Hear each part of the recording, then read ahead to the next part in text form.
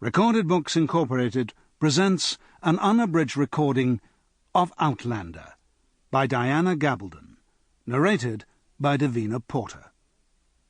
This work, copyrighted 1991 by Diana Gabaldon, is recorded by arrangement with Curtis Brown Limited.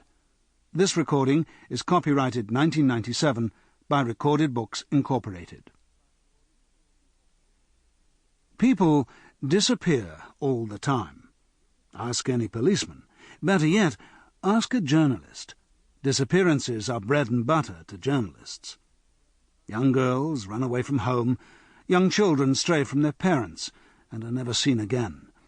Housewives reach the end of their tether and take the grocery money and a taxi to the station. International financiers change their names and vanish into the smoke of imported cigars. Many of the lost will be found eventually, dead or alive. Disappearances, after all, have explanations. Usually. And now, Outlander. Part 1. Inverness, 1945. Chapter 1.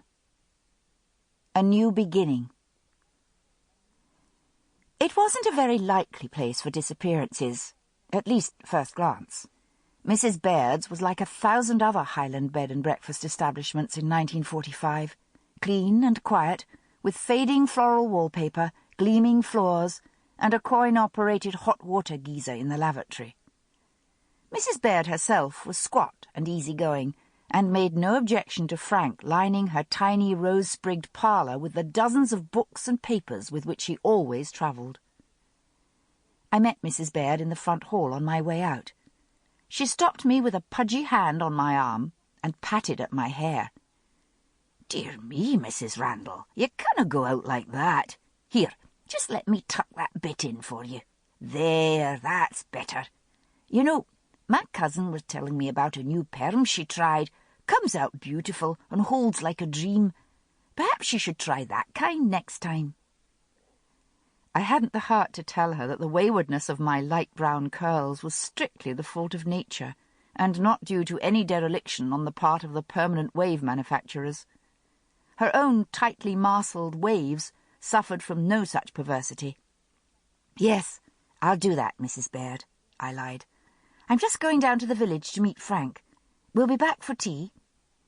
I ducked out the door and down the path before she could detect any further defects in my undisciplined appearance.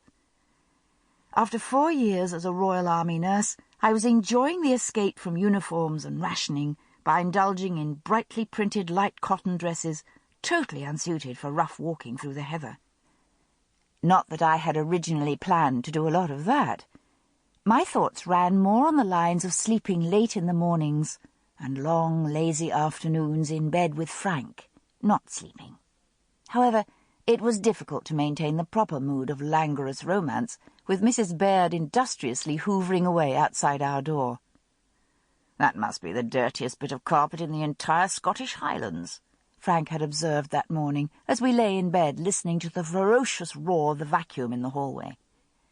"Nearly as dirty as our landlady's mind," I agreed. "Perhaps we should have gone to Brighton after all."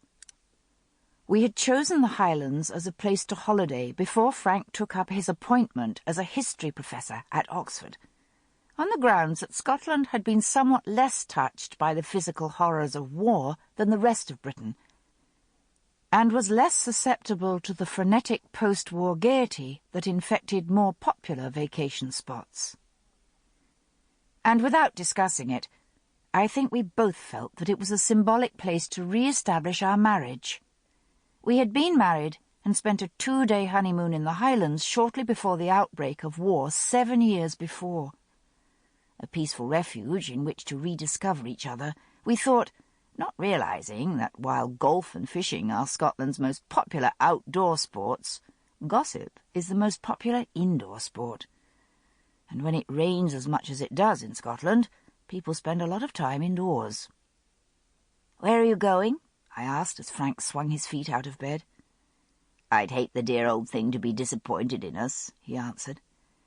Sitting up on the side of the ancient bed, he bounced gently up and down, creating... Sample complete. Ready to continue?